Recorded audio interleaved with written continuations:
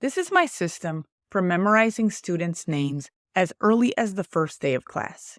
It's simple, it's low-key, and it doesn't involve any name games. It's especially helpful for upper grades where you have lots of students' names to memorize. You'll start by making sure that each student has an index card.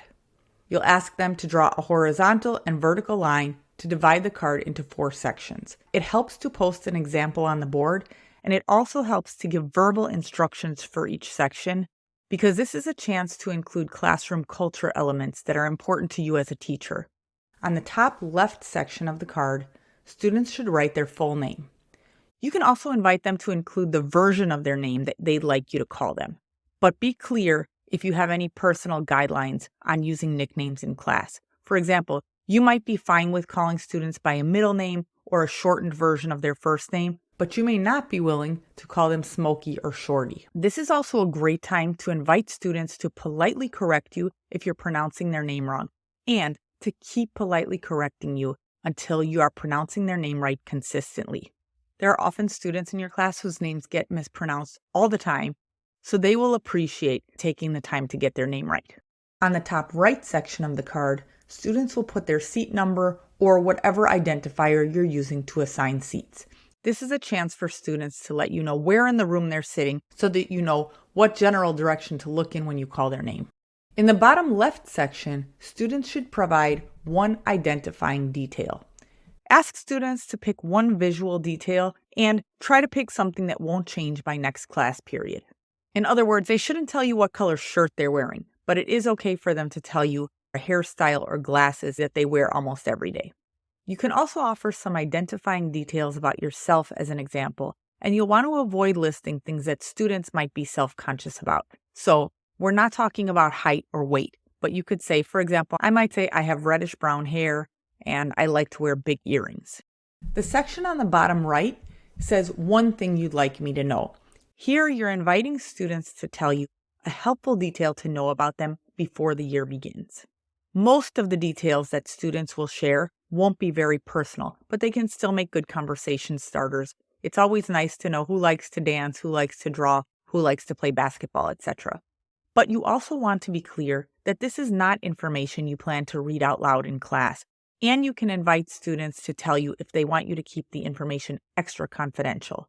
Each year, you'll probably have a few students who share more serious information on these cards. If a student drops something really serious here, try your best to follow up that day with a quick private conversation so they know you got the memo. After you collect the cards, here's what you do with them.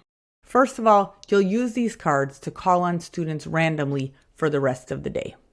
Do your best to use students' names every time you call on them. This helps you memorize their name, but it also helps set the tone that even before you've memorized the names, any student can be called on to answer any question. The other thing you're going to do with these cards is review them like flashcards anytime you have a spare moment while students are working quietly. Then, near the end of the class period, if you feel up to it, put yourself on the spot and try to call every single student by name. Just to make sure nobody feels bad, you can offer a reward for any student whose name you miss. Give them a sticker or give them some small school supply as a prize. Students are thrilled if you get this right. And even if you miss a few names, it sets a tone of embracing challenge that hopefully will carry through the rest of your school year. Keep the cards handy and keep using them to call on students until everybody's name is filed in your long-term memory. In my best moments, this system has helped me memorize up to 180 students' names on the first day of school. But I don't want to leave you with the wrong idea, because the unstated ingredients in this formula are time and concentration. In my free school year starter kit, which you'll find linked below this video, you'll notice that my first day lesson plan recommendations always trend toward keeping kids busy and quiet for a healthy portion of the first day. If you have a lesson where you're running around all day, interacting with students nonstop, you probably won't be able to memorize 30 students' names per class period, no matter what system you're using. You can still use this system to learn students' names as quickly as possible. It just may not happen by the end of the first day. Now, you're not the only person in your class who should know your students' names.